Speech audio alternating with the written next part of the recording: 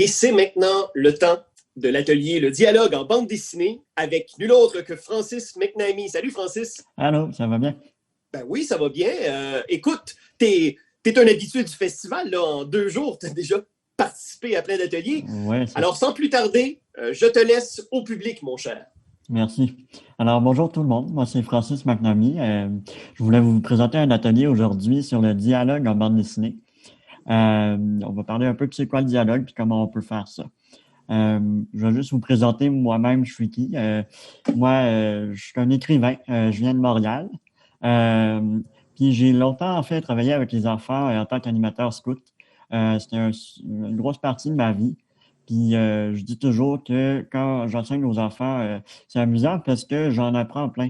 Il y a un professeur qui enseigne, mais il y a 12 étudiants desquels on peut apprendre en même temps. Fait que l'échange, ça va des deux côtés. Peut-être pas dans ce cas-ci, vu que c'est virtuel, mais je voulais le souligner.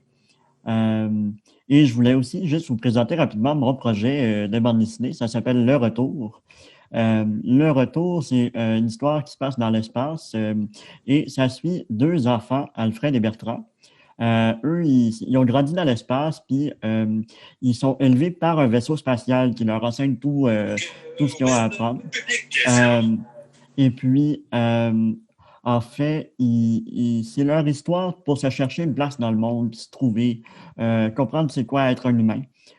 Fait que c'est ça mon histoire. Je voulais juste vous mettre en contexte puisque je vais vous montrer des exemples avec ma bande dessinée. Fait que c'était juste pour que vous compreniez pourquoi il y a des robots et des enfants dans l'espace. Alors, je voulais parler, c'est quoi le dialogue? Alors, le dialogue, en bref, c'est l'ensemble de toutes les paroles des personnages dans la bande dessinée. C'est tout ce que les personnages vont dire. Et puis, c'est vraiment juste ça, il n'y a pas d'autre chose. C'est ça le dialogue en bande dessinée. Alors, comment on fait le dialogue en BD? Alors, en fait, c'est vraiment l'utilisation des phylactères. Alors, tout le monde connaît ça. On le voit depuis toujours. C'est un format qui est normal. Et puis, mais il faut quand même comprendre c'est quoi si on veut le faire. Alors, un phylactère très de base, c'est on prend une bulle de parole, alors le petit carré blanc qu'on voit. On met un texte par-dessus et ça fait le phylactère au complet. Alors, c'est les deux. C'est la bulle et le texte ensemble. Alors, c'est comme ça qu'on l'utilise. Puis, généralement, tout le monde qui parle en bande dessinée va utiliser un phylactère pour parler ou dire ce qu'il a à dire. Alors, je voulais aussi vous parler qu'il y a plusieurs différentes formes de phylactères. Il y a des phylactères différents qui vont exprimer différentes manières de communication. Puis, avant de vous les présenter, je voulais juste vous donner l'exemple. C'est un peu comme les signes de ponctuation. Alors ici, on en a 4, le point, les points de suspension, le point d'exclamation et le point d'interrogation. Alors si on regarde ça, le point normal, c'est juste pour comme une phrase normale, comme je suis une personne. C'est pas palpitant, c'est pas aussi excitant que ça. On fait juste dire une exclamation. Les points de suspension, généralement, on va les utiliser quand quelqu'un est en train de dire quelque chose, puis soit il est interrompu, fait qu'il dit je suis, puis il y a un gros bruit, puis il l'arrête. Puis tout à coup, il arrête, il finit pas sa phrase. Sinon, des fois, on peut les utiliser aussi dans le sens que des fois, il y a des personnages qui vont commencer une phrase, puis ils parlent, puis là, ils commencent à... Finalement, ils pensent. Ils finissent pas leur phrase non plus.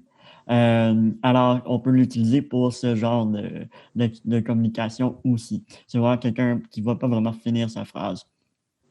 Le point d'exclamation, j'imagine que vous le connaissez, ça, c'est pour vraiment exprimer l'urgence ou la surprise. Si quelqu'un est super content et il veut partager, ou si quelqu'un est fâché, ou si quelqu'un est juste surpris encore là, s'il y a quelque chose qui arrive puis soudainement il est vraiment surpris, on va prendre un point d'exclamation pour ce qu'il dit. Et finalement, le point d'interrogation, clairement, ça démontre qu'on communique une question. Alors, on a quelque chose à demander. Est-ce que j'aime les patates? C'est une question, alors on met un point d'interrogation. Alors ça, c'est des choses qu'on apprend à l'école quand on commence à écrire. Et les phylactères, ça a un peu le même sens. On peut les utiliser, les différents phylactères, pour communiquer des différentes manières de parler. Alors là, je vais vous présenter quelques phylactères, puis on va voir ce que je suis en train de dire. Alors, le phylactère normal. Alors ça, ce serait un peu comme le point normal. Puis, c'est pour juste dire une phrase normale, sans particularité. Généralement, ce phylactère-là, c'est un phylactère très rond. C'est juste un rond, il n'y a rien de spécial. Puis, il y a la petite flèche qui pointe vers la personne qui parle. Alors ici, on a notre petite noix de coco qui dit « Je suis une noix de coco ». C'est juste une phrase normale. Et puis, c'est vraiment un phylactère rond comme ça, solide, qui va exprimer ce genre de phrase normale. Le prochain qu'on peut voir, c'est le phylactère exclamatif. Ça, c'est quelque chose que nous, on utilise dans nos BD. Puis c'est un peu comme le point d'exclamation. Puis si on voit le phylactère, il y a plein de petits points, c'est très actif, il y a plein de choses qui se passent. Alors, en quelque part, le phylactère lui-même va venir communiquer la surprise, la colère ou l'urgence juste par la forme du phylactère. Ça va venir faire ça pour le lecteur. Quand tu vois ça, c'est beaucoup plus excitant, c'est plus surprenant que juste une petite bulle ronde. Alors, dans cet exemple, on a « Attention !» Et puis, c'est vraiment urgent. Alors, le phylactère, il communique juste par sa forme que c'est quelque chose de surprenant ou fâchant ou urgent. Le prochain que je vais vous montrer, c'est le phylactère de la pensée. Alors ça, je dis c'est la pensée, mais il y a plusieurs circonstances qu'on peut l'utiliser. Et puis, généralement, c'est pour exprimer quelque chose qui est non dit. C'est quelque chose que, généralement, peut-être le personnage se dit dans sa tête, mais qui n'est pas exprimé à voix haute. Et alors, généralement, peut-être c'est un personnage qui pense tout seul. Est-ce que j'ai mangé est-ce que j'ai déjà mangé mon dîner? Lui, il dit pas ça à voix haute, il se demande la question à lui-même. Sinon, des fois, on va voir ce phylactère. S'il y a quelqu'un qui est en train de rêver, soit il est endormi puis il rêve carrément, ou il est juste en train de faire ce qu'on appelle comme un daydream en anglais, où il est juste un peu dans la lune puis il pense tout seul puis il est en train de rêver même s'il est réveillé. Encore là, c'est pas des choses qu'il dit à voix haute. Alors, on va utiliser ce phylactère pour communiquer ça. Puis encore là, si on regarde le phylactère en tant que tel, il est comment? C'est un nuage. Alors, ça se prête à l'expression la tête dans les nuages. C'est quelqu'un qui est un peu dans sa propre bulle, qui ne parle pas aux autres, qui est vraiment dans ses pensées, dans ses rêves. Puis c'est vraiment, on utilise un phylactère qui a une forme de nuage. Et encore là, pour le phylactère, je dirais aussi que normalement, les phylactères, la petite flèche est beaucoup plus pointue, beaucoup plus formée. Ici, la flèche qu'on utilise, c'est pas vraiment une flèche qui va pointer à un personnage, c'est des petites bulles qui rapetissent. Puis encore là, c'est quelque chose de très fluide, c'est pas précis, c'est pas communiqué directement, c'est quelque chose qui est un peu plus abstrait, qui est dans les nuages. Et je voulais aussi vous montrer celui-ci. Ça, c'est pas vraiment tant officiel, mais c'est quelque chose que nous, on fait dans notre BD que je voulais vous montrer, parce que nous, ça a été super utile. C'est le phylactère, ce que je surnomme le phylactère robot. Puis ça, c'est quand c'est un robot qui parle. Alors ici, j'ai mon petit bonhomme robot là en bas qui dit 2 plus 2 font 4. Et puis, un robot, généralement, c'est pas super excitant, excité, c'est pas super émotif, c'est très calculé, très carré dans sa manière d'être. Fait qu'on prend un phylactère très carré pour exprimer que c'est très encadré, c'est très structuré comme manière de parler, tandis qu'un humain, il y a une bulle ronde ou une bulle en nuage ou une bulle expressive qui est tout pointue partout. Les robots, c'est très carré, c'est très structuré. Fait que nous, dans nos bandes dessinées, on a pris ça pour le montrer vraiment dans le phylactère en tant que tel. Ici. Alors, il y a, au-delà des phylactères, nous, ce qu'on a fait dans nos bandes dessinées, c'est d'utiliser les bordures de différentes manières pour aussi exprimer ces différentes manières de communication. Ici, j'ai mis une page de notre bande dessinée. Et puis, dans la page, si vous voyez, il y a des bulles carrées avec une bordure bleue. C'est peut-être un peu difficile à voir puisque c'est un peu petit sur l'écran. Mais sinon, il y a les phylactères plus ronds avec les bordures noires. Puis nous, c'est un petit outil qu'on a utilisé dans nos bandes dessinées pour aussi différencier le dialogue humain qui a les phylactères noirs, et le robot qui a une bulle bleue, encadrée en bleu. Puis visuellement, pour le lecteur, ça l'aide à identifier c'est qui parle. C'est pas nécessaire, mais nous, on trouvait de notre côté que ça ajoutait quelque chose, puis ça rendait peut-être un peu plus fluide ou plus naturel l'expérience du lecteur. Il voit carré bleu, c'est robot, bulle noire, c'est un humain. Alors, nous, on a fait ça pour les robots et les humains. Mais on a aussi utilisé pour suggérer qu'il y a quelque chose qui est traduit. Alors ici, on a deux êtres vivants, on a des extraterrestres puis des garçons. Puis on a pris des bulles noires et des bulles oranges. Les bulles noires, c'est quand les personnages parlent dans leur propre langue. Et puis, on voit peut-être dans les premiers carrés en haut à gauche, il y a les enfants qui parlent en français, puis il y a l'extraterrestre qui parle dans sa langue qu'on ne comprend pas du tout. Mais les deux, c'est des bordures noires, parce qu'ils sont en train de parler leur propre langue. Tandis que si on va voir en bas à gauche, on voit que les enfants, ils parlent, puis je vais peut-être spécifier ici, dans la bande dessinée, les enfants, ils ont une petite machine qui traduit leur dialogue. Alors ça, c'est un peu expliqué dans la bande dessinée, c'est pas montré ici. Mais là, ils activent leur traducteur, puis là, soudainement, eux, ils parlent en français, mais c'est orange parce que c'est traduit. Puis on voit que les personnages de bande dessinée, ils vont le voir et puis ils vont pouvoir le comprendre. Et puis on voit aussi l'extraterrestre qui parle dans sa langue, mais c'est soudainement en français parce que c'est traduit. Alors encore là, c'était une manière d'indiquer que c'était une différente manière de communication. On utilise le orange pour désigner que c'est une traduction qui se fait. Tandis que les bordures noires, c'est juste quelqu'un qui parle dans sa langue propre. Je voulais aussi finalement regarder le texte en tant que tel. Puis encore là, c'est la même idée. On voulait différencier les différentes communications par le style du texte. Alors, dans cette page de bande dessinée que je vous montre, on a pris deux styles de texte pour les êtres vivants, les garçons qui parlent, Alfred et Bertrand, et le robot Albert, le robot qui est surnommé Albert. Et puis lui, en fait, les humains, on voit que c'est un style beaucoup plus fluide. Le texte en tant que tel, il y a un style très fluide, c'est des lettres rondes, c'est beaucoup plus stylisé.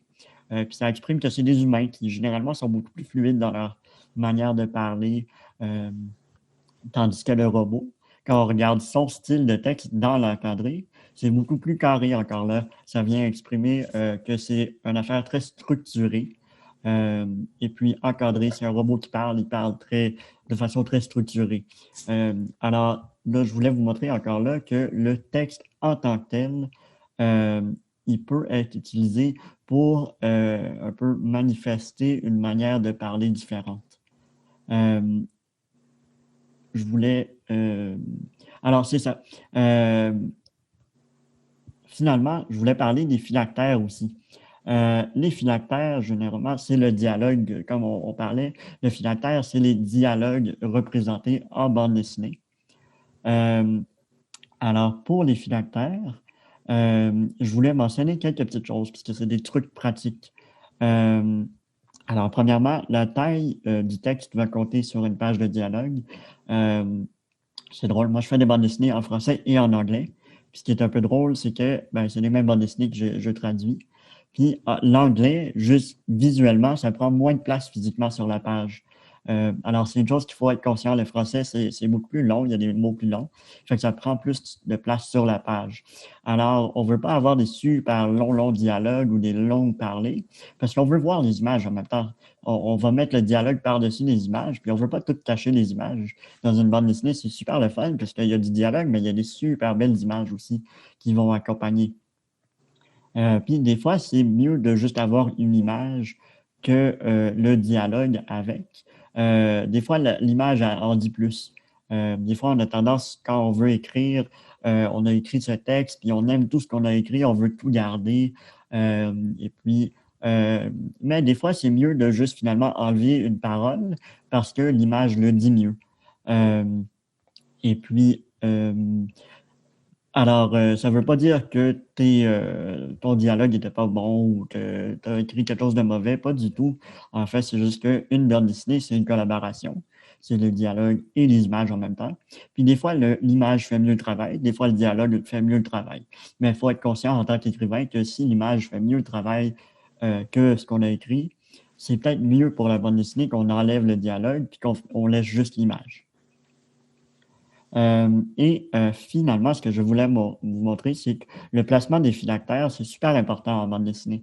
Je vous ai fait un petit schéma avec notre page avec des flèches.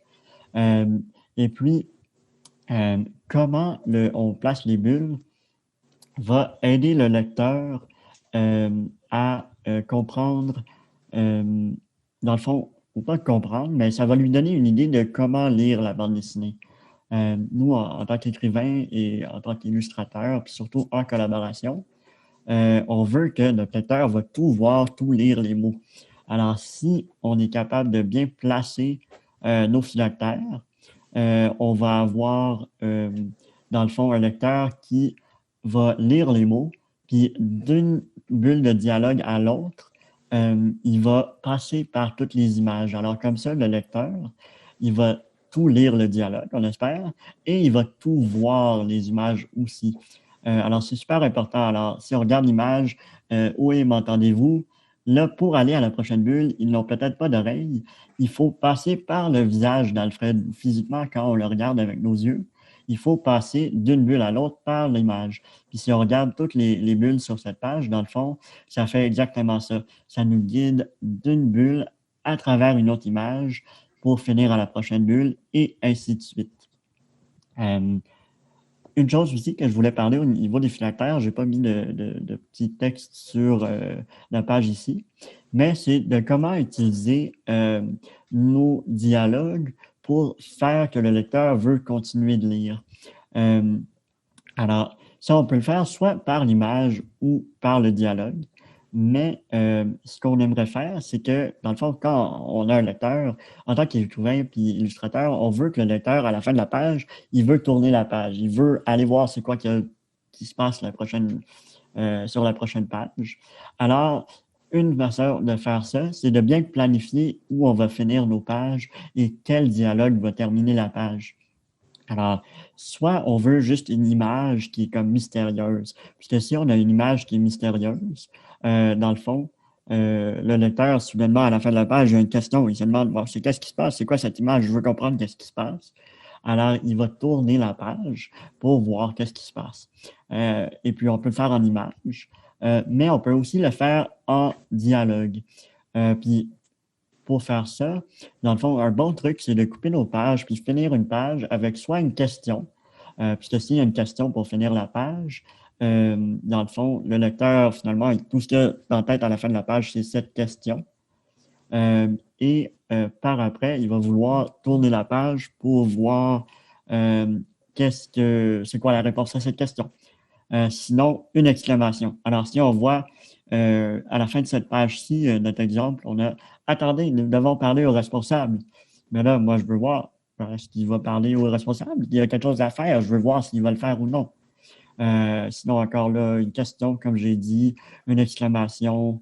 Alors, c'est tous des bons trucs pour quand on écrit en bande dessinée, on veut finir nos pages. Et puis, pour que le lecteur veuille aller voir c'est quoi qui se passe par après. Alors, je pense que c'est pour moi, c'est ce que je voulais vous présenter aujourd'hui. Je ne sais pas s'il y a des questions qui sont survenues. Si vous avez des questions ou des commentaires, on a quelques minutes, je pense, pour y répondre. Puis c'est ça que je voulais vous présenter aujourd'hui. Ben, moi, j'en profiterai, Francis, peut-être pour te poser quelques questions. Oui. Tout d'abord, comment as-tu toi-même appris tous ces rudiments-là de la scénarisation en bande dessinée? C'est en collaboration. C'est toutes des choses que j'ai appris en travaillant avec une illustratrice. Et puis, c'est vraiment elle qui m'a appris ces choses-là. Je n'aurais pas vraiment pensé à toutes ces choses-là. Et puis, surtout au niveau de comment découper nos pages, comment placer nos phylactères, c'est jamais des choses auxquelles j'aurais pensé. Puis surtout, j'expliquais qu'on peut bien faire une image mystérieuse à la fin de la page pour que le lecteur veuille tourner la page. Puis je pense que j'ai adapté ça. Une fois que j'ai appris pour l'image que ça se fait, je l'ai adapté pour l'écriture aussi. Puis je me suis dit, ben, on peut avoir une image mystérieuse, mais aussi on peut avoir une question, une exclamation ou quelque chose qui interpelle l'action. On peut le faire par l'écriture aussi. Alors, j'ai peut-être un peu adapté la leçon que j'ai appris. Qu'est-ce qui, pour toi, est le plus difficile dans la scénarisation d'une bande dessinée? Qu'est-ce qui représente un plus grand défi? Je pense que c'est justement savoir qu'est-ce qui est mieux fait en dialogue puis qu'est-ce qui est mieux fait en image. Je pense que c'est l'affaire la plus difficile à comprendre. Puis, mais c'est super important de bien le faire. Puis je pense que c'est bien de pas trop penser que ce que nous, on apporte en tant qu'écrivain ou illustrateur, c'est toujours le meilleur. Je pense que c'est quelque chose que j'ai dû apprendre, puis c'est pas toujours évident, puisqu'on aime ce qu'on fait, puis on veut que nous, ce qu'on apporte, soit valorisé. Mais finalement, il faut travailler ensemble, il faut comprendre et puis décider qu'est-ce qui est mieux pour le projet, qu'est-ce qui va faire la meilleure bande dessinée. Fait que c'est difficile parce que techniquement, c'est pas toujours évident de le savoir et ça vient de chercher des fois. On veut garder ce qu'on aime et puis des fois, c'est difficile de laisser partir quelque chose si c'est pas le meilleur. Est-ce que tu serais d'accord avec l'affirmation, en fait, que le dessin est une partie intégrante de l'écriture en bande dessinée? C'est-à-dire qu'au-delà de scénariser du texte ou d'écrire des didascalies ou d'écrire des pensées dans des phylactères, est-ce que pour toi, le dessin fait partie intégrante de l'écriture quand tu construis un scénario? Moi, je pense que oui. Je pense que j'ai toujours été un peu un écrivain visuel. C'est comme s'il y avait un film dans ma tête, mais de plus, depuis que je commence à faire la bande dessinée, je pense que ça m'affecte beaucoup puisque maintenant, vu que je travaille en collaboration, je peux pas être ignorant du fait que quelqu'un va dessiner. Fait que je travaille un peu plus en fonction de ce qu'un illustrateur va devoir faire aussi. Puis que le produit final, c'est les deux. Alors, je pense, depuis que je commence à faire la bande dessinée, moi, en tant qu'écrivain, je suis de plus en plus visuel dans ma tête. Puis, ça m'aide à justement trancher qu'est-ce qui est juste des explications visuelles. Parce que puis, en quelque part, moi, ça a allégé mon travail de pouvoir faire ça. Parce que je sais qu'il y a quelqu'un qui va venir faire un dessin qui va l'appuyer. Alors, je pense que, tandis qu'il y a un travail difficile à faire de couper des paroles des fois, en même temps, ça te permet d'être libéré puis pas trop rentrer dans des descriptions puis des choses qui peuvent être un peu plus difficiles à faire ou plus longues à faire en écriture pure, disons en prose, parce qu'on est appuyé par un visuel. Puis ça peut être plus facile finalement, ou pas plus facile, mais ça peut être un peu plus léger d'écrire juste du dialogue puis savoir qu'on a un appui. D'ailleurs, mon cher Francis, je te transmets les salutations de ton illustratrice, Laurence, et je te remercie aussi de ton atelier très éclairant. Alors, on te souhaite une bonne continuation dans la scénarisation de votre série à Laurence Didéa, Diane et à toi. Et donc, au plaisir de te lire. Merci, mon cher. Merci beaucoup. Bonne journée. Et nous, on se retrouve dans quelques instants en rencontre avec l'illustratrice Julie Rochelot.